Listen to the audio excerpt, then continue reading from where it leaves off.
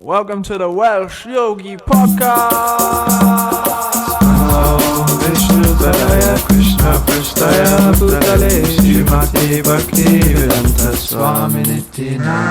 So this is getting released on Sunday. Are you recording now? You? Yeah, I'm just going to put my phone down as well. Speaking to the public. So yeah, this episode's welcome to the Welsh Yogi Podcast, everyone. I got a bit of frog in my throat. Ribbit. And today is Sunday, if you listen to this the day it came out, which is the appearance day of Lord Varaha Dave. Maybe we'll start again because... No, that's okay. I think... I got a bit of a... But yeah, Varaha Dave is... when we were in India, a couple of years ago, Shiva Maharaj gave a class on Nityananda Trayodashi, which is tomorrow, if you listen to this on the day it came out. Nityananda, the appearance day of Lord Nityananda. But he was talking about Varaha Dave. And Varaha Deva is the boar incarnation of Krishna, who came to lift the earth when it fell from its natural position. And Shiva Maharaj said that because obviously there's this demon Hiranyaksha, who's the brother of Hiranyakashipu. You get into it now, yeah. Yeah, Hiranyaksha. He's like the ultimate materialist. He just wants everything for his own personal happiness. So he'll steal all the gold and all the oil. He'll take everything out of the earth. And this is what happened. Yeah, if you keep... Yeah, because he kept drilling into the earth. So like now you have fracking, isn't it? But he drilled so much into the earth, took so much of the earth's natural resources and oil that it actually disturbed the planet Earth from its axis. Yeah, and it fell. Yeah. It fell from the sky into the ocean, which lies at the bottom of this universe. And so Lord Varaha came and he fought with this evil demon Hiranyaksha, and he lifted the earth back to its natural position. And Shiva Maharaj said they're similar for us. When we're contacted with the mode of ignorance and passion, then it takes away all of our good qualities, and it causes us to fall from our natural position. So we could pray to Lord Varaha to kill the source of our fall down and lift us back to our position as a devotee of Krishna. Thanks, Bhakta-rupa. It's a bit of a heavy opener though, is it? No, that's right. You want to rewind it? I think we should. Rewind it? Restart, No, it's okay. Once they're out there. Once a bell is rung, it cannot be unrung. What's that then? Your phone's ringing. So, for those who also don't know, there's been some wild stuff trying to record this podcast. What was that then? What is going on? Seriously, I mean, we have a friend, Kelvin, who's now living in India, who listens to our Yogi podcast. So, hello, Kelvin. Hey, Kelvin. So he was worried about one of our friends who lives here because he's looked at his chart. So this, and I know astrological chart. Yeah. Jodie, Taraknath's daughter, she's into astrology, and there's been some wild things going on in the last week or two. There's been wildfires in California. Yeah. Have you seen that? Yeah, I have. Yeah. All these people's houses burnt to the ground. Yeah. Outrageous. Imagine that happened to you, my house burnt down. Well, I mean, a lot harder for us as well because those people are millionaires, right? Yeah, aren't they? Poor souls. Like, what was it like? What's the name of the actor in Braveheart? Mel Gibson. His house was burnt down. Really? Yeah. Yeah, they're millionaires. The houses are burning down. Interesting. Podcast is malfunctioning. What do you mean? This is weird, isn't it? I feel like already this might be like the most. You know the word bookie? No. Like bookie. It's like a word that people use in English. Like, oh, it's a bit booky, isn't it? Sounds like spooky. Spooky, yeah. Or Bhuta. Bhuta is like a name for ghosts. Yeah. We should talk about something auspicious now. Yeah. Hare Krishna. Yeah. But yeah. I listened. Go on. What did you listen to? Well, no, I was just saying I listened to the last podcast we did, just the start, because I can't bear listening to my own voice. Mm-hmm. And I don't know how anyone understands me. You know, like I remember one time when I asked a question to my spiritual master, Shiva Maharaj, and he was with his disciples in Hungary. I spoke, and he said, I don't think they've ever heard English spoken like that before. And I realized I speak quickly, I slur my words, so I just like vomit out these sentences. So I need to try and speak slower and more clearly, I think. Yeah, I think. But then again, What do you think? sometimes things are supposed to be for a specific audience. And if you can't understand the way that Gopal speaks, then maybe you shouldn't be listening to the Welsh Yogi podcast.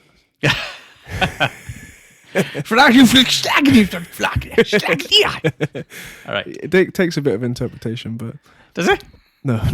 It reminds me of like qualia, and like you hear about like how we gather data. And Akanji Prabhu was talking about how the amount of data that goes into our senses is much smaller than what we're perceiving. Yeah. So like the picture that we're getting around us when we look around. 20 pixels. Yeah, it's like 20 pixels worth of data is coming into our eyes, but we're seeing a completely 4K, 8K, Super HD, high resolution. Yeah. Depending on your vision, image. Were you there for the class we gave the other day on this? Maybe not the other day, but I was there for the actual Atma Paradigm. Yeah. It's just funny you mentioned it because I went over this recently. I got the slides. But that's what I'm thinking. The reason I bring it up is, okay, there's some sort of process which is taking place, which is putting together the picture that we see. And similarly, when Gopal speaks, we're only getting maybe one or two English words and the rest of it slurred together. But there's some sort of one or two words. There's some sort of supernatural force that helps us understand what he's saying. Because he's even saying, like, if you clap your hands, right? Do you remember that example? Oh yeah, I remember. So if I'm going to try and look for the statistics now. So here we go. So the brain, right? So it's got 86 billion neurons, right? The brain. So a whale, I think whales have more neurons because they're a bigger animal. But like cortexual neurons of the cortex, the human being is like top of the pile, right? Mm-hmm. So 20% of the body's blood is engaged in running the brain. But information processing speed is 268 miles an hour, right? Which is fast, but it's actually not that fast. It's not as fast as speed of sound. It's not as fast as speed of sound. So when you come to things like, if you're at home listening to this, if you're not driving a car, touch your nose and your knee touch your nose and your foot at the same time. Right? I'm doing it. Do it at the same time. Yeah. So you feel that it's happening at the same time. But actually, that when it comes to things like that, this speed of 268 miles an hour actually should make a difference. You should have a lag. And what's even more interesting is that if you clap your hands, right? Yeah. So the visual of that. Let's see. Sorry, I'm just I'm trying to look for the actual data. I got the figures in front of me now because it's quite interesting. Anyway, I think it's like there should be a lag between when you see someone's hands clap and when you hear it clap. We hear it, we see them and hear it instantly. Yeah. Which one do you think? So yeah, you see the hands touch. As soon as you see the hands touch, you hear a sound, right? You can do this at home. Yeah. But your brain processes visual and audio at different speeds. Oh. Which one do you think it does the fastest? You'd think sound. You think it processes subtler? But maybe not. So actually, it's like so it processes sound faster than visual. Yeah. Some people might think visual because the speed of light or whatever, but it's like it's much quicker to upload an audio file to a computer than it is a video. Yeah, exactly. Less data. Yeah, so the brain's like that. Yeah. So the time lag, just bear with me on this. So your brain processes audio half a second quicker than visual. Okay, yeah. So if you imagine if you're on some spaceship and you can, do. Okay, what's that? We're picking up a noise. Where's that noise coming from? Visual department. I'm sorry, Captain. We got to wait half a second before we understand what's going on. So then so then there's two choices. Okay, what they can say, Captain, either we just guess what the visual is. So, okay, that's the sound. So maybe we just make up the visual and just put them together. And that's how we go through the world. You following this? Yeah. So what you're saying? Or the other option is you experience everything half a second later than it happened. And you think that's what's happening? No. No, because the example's good. How would things work? How would you play sports? You know, if someone throws a tennis ball at you, how do you hit it? Half a sec. We're talking about half a second. You might not think half a second's much, but if you think about it, that's a huge amount of time. From my angle, though, it's like I say. Hear what you're saying. This is the science of like the gross. We didn't mean to go into this. I should. I know, but it's worth going into because it's important to know. But this physical body is getting data. I always imagine there's some other process which has taken place, not in the physical body. Like, so all of the information has been kind of processed somewhere else than just the brain.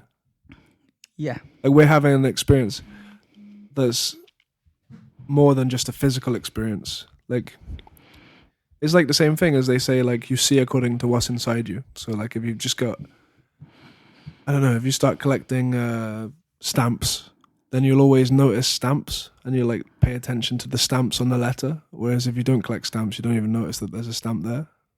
It kind of makes sense. So like we're seeing according to what's inside us. Yeah. So like there's a process, there's a part of what we're perceiving in reality that is not just the data, but it's some kind of, it's the data filtered through our personal perception. Yeah, if you just look at the way what you actually perceive, you perceive very little. Like so there's 100 billion bits of data that hit your retina. Right, we're just talking about the eye now. Then, so that's 100 billion. That reduces to 6 billion when it goes down your optic nerve. So you lose 94% of the data. Yeah. You lose 94% of data. No, much more than that. 100 billion. 100 billion turns to 6 million. 6 million? Yeah, okay, yeah. So it's 0.0. Yeah, so you lose 99+%. But then what arrives at your visual processing area is only 10,000 bits of data. Which isn't much. Then used to generate an image is just 500 bits. Wow. You know, I remember like Sega Mega Drive was 32-bit processing power, Nintendo 64-bit, right? We're losing a lot of data in this. So then for a color image, you're left so this is if you just counted yourself as a machine. I was speaking to some of the devotees earlier. They just got a job helping to train AI. You know, Yashoda. Really? And so to train AI, I guess to how to learn or something, you know? So basically equivalent of 20 pixels for a color image. So this is, I'm just showing Bhakta-rupa a picture. Maybe we'll put it somehow put it online. So on the left, Bhakta-rupa is if you look at a dog, this is what you see. Yeah. On the right is what you should see if you just take the brain model Have a look by itself. Okay, we'll put this on our Instagram. Can you see that? Yeah, I can see it. Describe what you see on your left. So on the left is like a fully vivid HD image of a dog. Of a dog. That's what you'd see, right? If you looked at a dog. But if you just take the brain model. Yeah, on the right it looks like a photograph of a dog that's been put through the washing machine and all that's left. Over and over again. Over and over again. And it's just like there's a tiny sort of, you can see a bit of his ear. You just see the black parts. So it's not much data there. Yeah. So it's lost so much quality there. But yeah, so that's the physical data that's hitting our brain, but yet we're still perceiving the complete image. Yeah, so if you just take the brain model and the senses, then where's your perception? I was speaking to a candidate about why this is. Yeah. I was asking him, because I once had an experience, may or may not have been to do with some sort of substances, but I was perceiving the picture on the right. So I was seeing reality as a very simplified, almost like the vectors. You know, like in a video game, you have like the shape of, say, like a building will just be like a cube, and then all of the textures are like making up the wall. Do you know what I'm saying? Yeah. So I was just seeing like the outlines of everything, and he was saying, yeah, maybe with those types of substances, because people say, oh, I take these psychedelic things and it makes me perceive more of reality. And his idea was that when you take psychedelic things, it makes you see less of reality. Like you're just getting the raw sense data without the textures put on top of it. Do you get what I'm saying? Yeah. You know, it's not actually. You're not seeing a higher version. You're seeing a low. You're just seeing the data. Yeah. Like it's getting in the way of It's getting in the way of the process of actually how we're used to perceiving reality. But then, so he was saying that like basically his theory is that our eyes are there to sort of give the location of what we're looking at, and then there's subtle beings that sort of take the information of beings like demigods.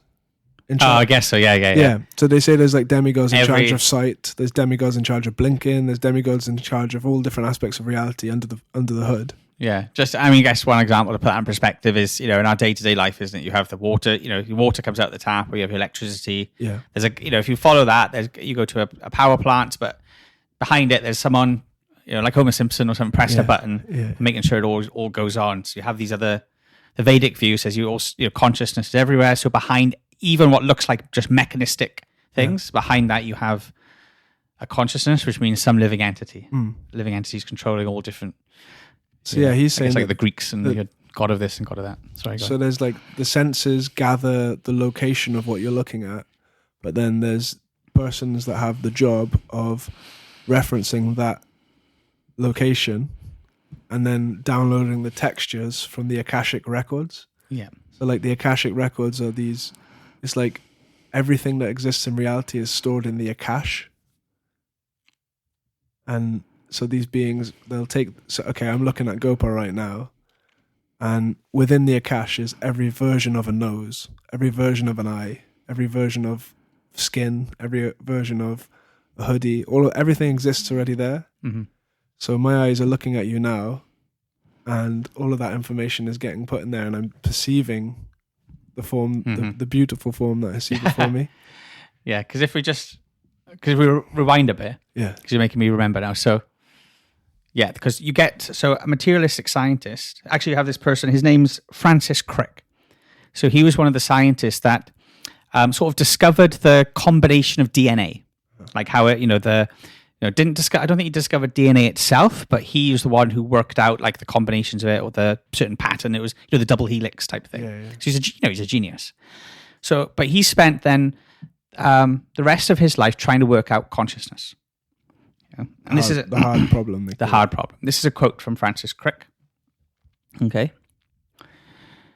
He said, "The most difficult aspect of consciousness is the so-called hard problem of qualia, what you experience."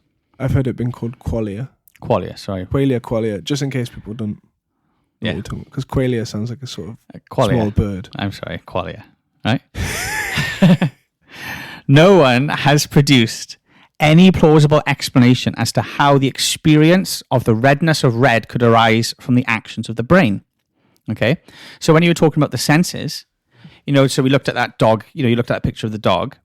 So what these sort of modern sort of scientists of consciousness, they say, well, you only pick up this much of reality from your senses. So where do you get the rest from? So they say it's called the hallucinating brain. Hallucinating brain. So they say our perception is a hallucination. Basically, it's partially monitored by the tiny information you get from your senses, and the rest you just completely make up. So obviously the big problem with that is that, just in your day-to-day interaction, making it up. Yeah, that's what they're saying, because they don't know how to answer. So like what you were talking about, accessing the Akash. So what other scientists like Martin Fleming and Kundalini went into was, like, I remember he got an expert of remote viewing. Yeah, remote. Yeah. Right, down to Buckland Hall, and they did many serious experiments on it, and they were shocked by how accurate this was. You put something in a room, no one knows what it is. You do remote viewing I don't know if you go in some sort of meditation or some hypnotism or whatever, but you actually get unbelievably, like, radically accurate, vivid image of what those things are. Yeah. So using the sort of detailed sort of philosophy of the Vedas, I kind of say, just like what you were saying then, that because Krishna says there's 6 senses which include the mind. So the mind is one of the senses. The mind actually has perceiving power. So the mind will access the Akash, which contains everything that's happening right now and everything that's ever happened, and get information from there. So that might explain, like, you have psychic phenomena, or psychic spies in Russia understanding what's going on in America, or vice versa, and things like that. Like, I guess that's what, because I was talking to my friend yesterday, my childhood friend Lewis, and he was he's telling me about a quote from, who's the guy that, like, from Oasis, who wrote all the songs? Noel Gallagher. He was in an interview, and he said, if I didn't write Wonderwall, someone else would have. Like, his whole perception of writing that is that song already existed somewhere in reality, and it was just his kind of duty at that time to bring it into fruition. That's what, like, was it Beethoven would just hear music and then write it down? Yeah. So it's like and Lord Brahma says that when he creates the universe, there's some prayers, I think, in the second canto about, he prays to the creative energy. Yeah. And he's praying to Krishna. He says, I've created this whole universe, but actually I factually now know that I created nothing at all. I simply discovered what was already created by you. Yeah. So it's like everything within reality is come from Krishna, and within each universe, all of the possible, the pradhan means like the possible, unmanifest potential. But within, like, the ingredients of the universe is this perfect blueprint on everything. So Wonderwall exists in the Akash, and like. Yeah, I mean, Phil Collins was saying, what was it, one of his songs? Just, it's a common thing. Artists. They're channeling. They wait for the muse to come. Yeah. And even like, scientists, they'll just, eureka, jump out of the bath. Like, it came to me. Yeah. And I think even in your day-to-day life, you can, that's even they say in, like, coaching, like, you ask the question, okay, if you have a problem, sometimes some coach could just ask you the question, well, what do you think you should do about this problem? Yeah. And you ask yourself certain questions like, what should I do now? And then you get fed information. It's called the teacher in the room. It's the Paramatma, who's like, okay, so I'm getting fed information here. It's coming from somewhere else. There's like an inner voice speaking to me. And these are just other elements of reality. And it's really fascinating, because if you hear what we said at the beginning, like, I was hearing myself speak and it sounded crazy, like some beings are consulting the Akash and giving you a perception. That sounds weird. But if you just think about it in like a less... Yeah. Like, if you just think about it more like, there's this body of information that exists that you can draw from. It's just, it seems to make sense too. And it does. I mean, that's where, like Akandi was saying, so we need a non-neural mind that's capable of support. So if you just take the brain model, it doesn't explain everything. Yeah. That's what we're saying. It should, if you just take the senses in the brain, then, well, it'll go even a step further. You shouldn't be experiencing anything. Yeah, it's just matter. Yeah, like we're, I was discussing about AI earlier. Yeah. There's no consciousness there. No. So you shouldn't be if we're just in the brain model as reality, then you shouldn't even be experiencing this podcast. Yeah. And anyway, so this calls for a non-neural mind capable of supporting quality-based imagery, and information, and it has its own image enhancing system. So that's what? wait. So that's sorry, because I'm thinking, if I'm just there in the house doing some cleaning and listening to the podcast, what did you just say? Okay, let's slow. Yeah, slow down. Like, I'm doing my horrible speaking again, aren't I? Like, it's because I got a thought I'm going to, and I don't want to forget about that. Anyway, I think you speak clearly, and I can understand you. By the way, okay. I appreciate the way you speak. So this is the question. Akandi brought this up. Mm-hmm. Okay, so if you actually look at the data and consider just the brain model, the brain model means you accept that we are just brains. Yeah, that have a little like skeleton mech bodies that we're moving around like. Yeah. But the fact that, but just our senses, the fact that it only gives such limited information. Right? Yeah. And let's not even go, I mean, it should be explained, like, we only get, like, if you just look at the mechanism, it's just electrical information. Yeah. And you lose so much of that information in the process. You lose it all. From it going, from the touch sensation going from my hand, by the time it gets to my brain, it's lost so much data. Right? Yeah, and even the actual, like we were saying, qualia, right? The experience of it. Like, if I bang this table, you hear a noise. Yeah. But where's that noise? Because all I'm creating is just, if you just sound wave. I'm just a pressure wave. Yeah. A pressure wave I got it. That goes down into your ear, hits a bit of flap of skin. So this is just pressure, right? This is no sound here. It's just a pressure that hits a bit of flap of skin. Yeah. That moves like little hair particles that approach this little sort of conch-shaped bone that's in your ear. Okay, it just vibrates that. That gets vibrated. That then affects different tiny hair follicles. Then they fire and send little electric signals to your brain. That vibration turns into neurons, which fire chemical ions, and they jump from one cell to the next. And that now I'm hearing a sound. Yeah, but where's the sound in all of that? In that sequence? Yeah. Where's the actual sound? I've described to you what's happened. It's in my mind, is it? Exactly. So that's the point. Is that these raise questions like smelling. How the heck does that work? Innit? Think about it though. Like any sensory input in Swansea. I've showed you that jasmine flower, isn't it? Yeah. Like I was just walking along and woof. This big. You've met a dog. No, this big whiff of jasmine hit me. It was like a pleasant. Took me to Vrindavan. It was like, wow. And I looked around. I found this jasmine flower. How the heck is that little flower making me perceive something that's nice? And then if I'm walking past a dog poop, and I smell that, it makes me go, ooh. Well, you've also and we're going off the track now, but in one sense, you also presented another thing, which also modern science just cannot explain. Is like like you said, I smelt jasmine, and then I was back in Vrindavan. Yeah. So they don't even know how that happens. You're sitting next to a fireplace, but all of a sudden the fire, and then maybe the mood and they connect things in your brain, and you're brought, in like a type of synchronicity, and you're brought back to a previous experience. Amazing. They don't even know how that happens. So these are questions that are about, if you're looking at the brain model, then the questions arise like, okay, how do we account for all of this other experience? So the reason I just want to finish this thought. It is fascinating. Finish your thought. Sorry. Because when you mentioned about, you said at the start of the podcast, it sounds quite far out. Some of the stories you hear, but actually, if you take the brain model, there's so much stuff that you just have to put aside. Whether it's psychic phenomena, ghost phenomena. These are just anomalies that we can't describe. Yeah. Anomalous evidence that you just have to put to one side because it doesn't fit this current paradigm.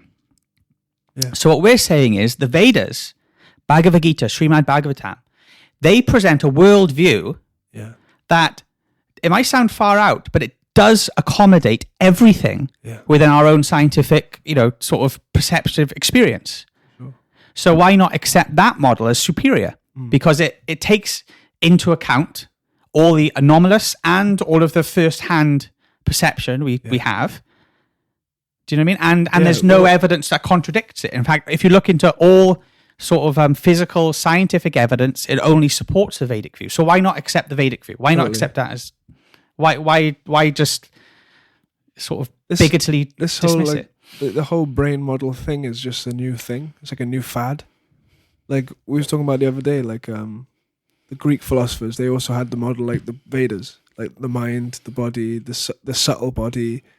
Like so many of these ancient schools of thought have that idea that there's a subtle version. That we're more than the mind, we're more than the brain. It's like it's like a little fad that has come up in the past 100, 200 years. Oh yeah, we are the brain. Yeah, that's what we are. We're just a body with brains. Like it doesn't really. It's like stupid, really. But it's just lack of education because you don't know what consciousness is. I saw someone speaking to AI, and they even said to AI, "Are you conscious?"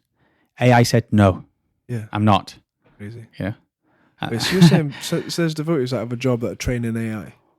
Yeah, like sounds depressing as a job. Like train it like a dog. Like how do you train AI? So what AI is, it's because it's all smoke and mirrors as well. It seems a lot more like sort of intelligent. A lot more amazing than it is. It's actually just a very advanced language program.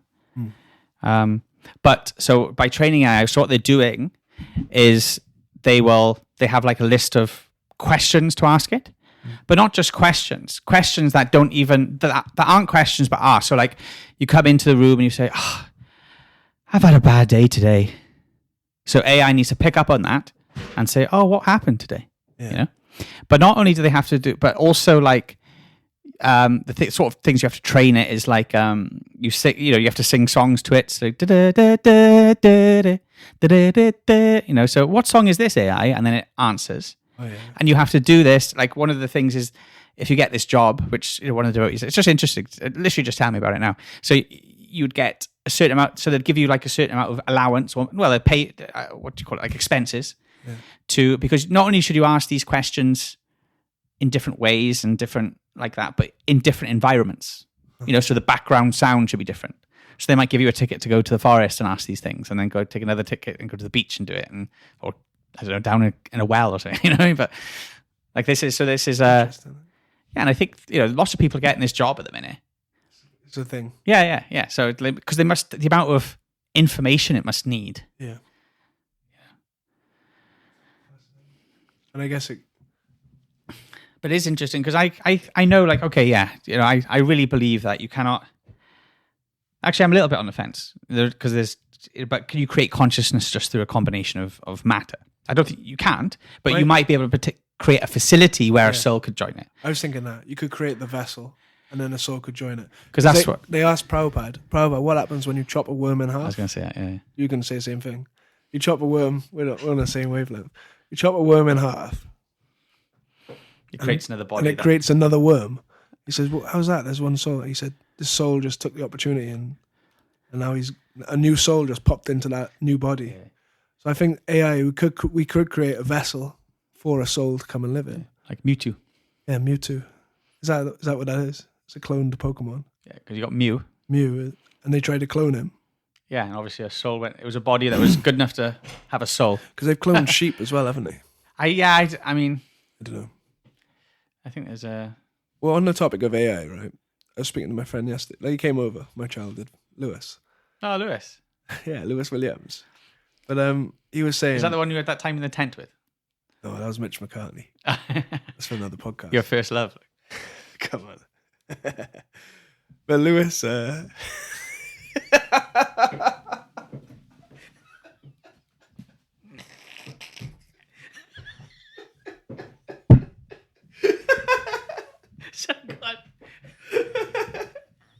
Cut this out, Peter. No, don't carry on. Okay, go on, Lewis. Yeah, we have to cut that part out though. He was speaking to his mother, Lewis Williams, and she was saying, if you could, I'm asking you now, Gopal, if you could go back to all the technology that existed in the 90s, would you do that? Like, would you just take that step back and let go of all the AI, smartphones, social media, all of this, and go back to the way things were? Would I? Yeah. I would, yeah. I think it was better, right? I mean, I was born in 1989, so I didn't have that much experience of it. But I didn't have smartphones that I could go on the internet with until like long after I'd already joined the ashram and become a monk and things like that. But yeah, I mean, you won't be able to do podcasts like this. I mean, you probably could actually, but you could. No, maybe you just record it like a Derek tape. And Clive, like we distribute tapes. Yeah, I don't know. Anyway, just a thought experiment. Because what I was going to say earlier, like I'm aware of time, but I watched a video. There was these YouTubers, and there's a little robot, and the robot was, it's like iRobot. It was like look the way it was moving, everything, and they were bullying it. Robot. Yeah, they were like pushing it and hitting it, and the robot started to get like, you could tell it was like, felt tortured almost, and it would like try and walk away, like sort of like not humbly, but it was like. Yeah. It was being harassed. And I started to feel really bad for the robot. I'd be like, oh, that's this poor guy, And I'm just thinking that... anthropomorphism. Yeah. But is there a certain... Like, there's no certain complexity that produces consciousness, but is there a certain complexity that, is good enough for consciousness to... Do you know what I mean? You get like little insects or little bugs that they use like a shell as like a home. Oh yeah, but sometimes it'll find like a little Coke bottle or something. Yeah, I can use that. So is the living entity like, okay, yeah, this isn't what This isn't. Yeah, but I'm good enough. I'm going to live in this computer as like an artificial. Yeah, I mean, you have ghosts that could possess inanimate objects and stuff. So why not? Is that Richard L. Thompson book? There's a book called Maya: The World as Virtual Reality, and at the beginning there's like a quote from a science fiction book, and it's basically like they're living in this kind of matrix environment, like within a computer. And at some point, their life is so good in that computer that the soul leaves the body and it starts living within the computer. So like the body of the person plugged into the computer dies, but he continues to live within the in the game or within the virtual. So it's like that whole idea is like, if a soul can inhabit something, then the old body's no longer useful. Yeah. Well, like, is it? So that's the question. Just like you change bodies all the time. Yeah. So like, is it possible for a human being to create a suitable vessel for a soul? Yeah. Because you are changing. You know, like you never step in the same river twice. Yeah. You know, the river's always flowing. You step in it, step out, step in again. It's a completely different river to what you were just in. Yeah. The body's like that. Cells are constantly being destroyed and regenerated. Yeah. It looks the same, but actually your body's completely changing all the time. So, Krishna said, just like, your body's always changing. So the soul's, I remember Prabhupada giving this example, the soul's constantly going into a next body. Even while we're talking right now, our souls are constantly moving into a next body. So to create another body for the soul to go in that is what happens anyway. It's just whether like the karmic laws will direct it to a body that's made by a third party or not. I was wondering, we've been talking about this for a little while now. Yeah, we didn't read about Lord Nityananda. We were going to, but it's okay. Yeah. It went the way it went. But like, okay, it's interesting to speak about these topics. But how are they beneficial? Because I've been thinking about this, like the Bhagavatam verse that the absolute truth is illusion. Was it distinguished from? Oh yeah. What is the verse? It's the it's truth distinguished from illusion for the benefit of all. Yeah. So I was wondering, like us talking about qualia and the body and the mind and these different models, how is that fulfilling that purpose of distinguishing reality from non-reality? I think because Krishna's first instructions of the Bhagavad Gita, Natavaham Jatu Nasham, or like we just quoted Bhagavad Gita just then, because I think it's important to, because this is the first step in spirit to really grasp this point that you are not your mind and senses. Yeah.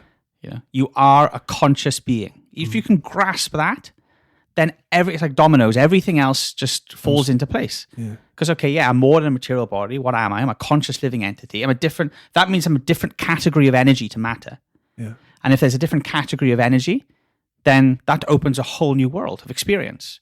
And if I'm conscious, well, that means the source of all reality, is that conscious or not conscious?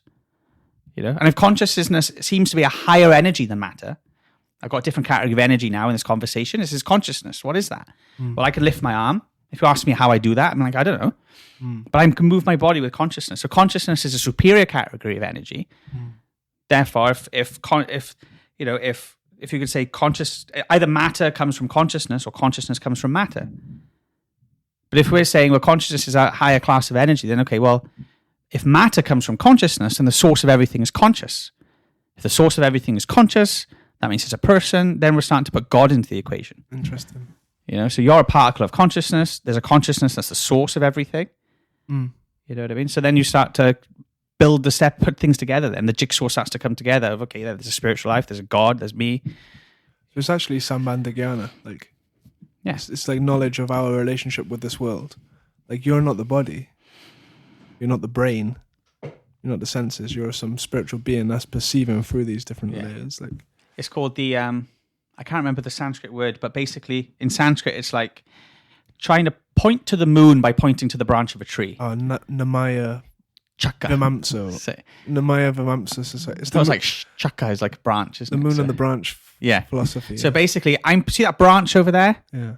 Okay, I see the branch. Okay, just above that branch, there's the moon that I'm looking at. Oh, I see the moon. Yeah. So if I'm saying like, okay, you see this matter, you see this, the way that you don't perceive things properly, you see all that? Okay, well, if you can gather that understanding just next to that, that's what I'm trying to get at, is the soul, consciousness, different from the body. Ooh. You're not your body. Yeah. Basic spiritual life, just 101. Hare Krishna. Okay, Hare Krishna. And you can tell us about the story about in the... Oh yeah, reach out if you liked this type of stuff. Let us know. And if you didn't like it... Let us know. Yeah, and give me some honest feedback about my voice. I think it's fine. By the way I speak. I mean, what? It's been bad about my voice. I know, that's what I mean. No, it's not really. It's just when you get excited. Do you remember in The Simpsons, there was, you always had Willie. Yeah. Do you remember they did a parody of Star Trek and they had one character called Welshie? Really? Yeah, and they said, hey, Welshie, what's happening, Welshie? And he goes, it's like a common, Yeah. So maybe people from Wales can understand me. Yeah. But I'm sure people from the rest of the world can't. Like I said at the beginning, if you can't understand Gopal, then you're not worthy to listen. So, anyway, thanks for listening, everyone. Okay, maybe next time we'll speak more about Lord Nityananda. Yeah, we should do that. Hare Krishna. Lord Nityananda Bol, Hari Bol, Hari Bol. Nama Om Vishnu Padaya Krishna Pristaya Bhutale Shrimate Bhakti Vedanta Swami Vitina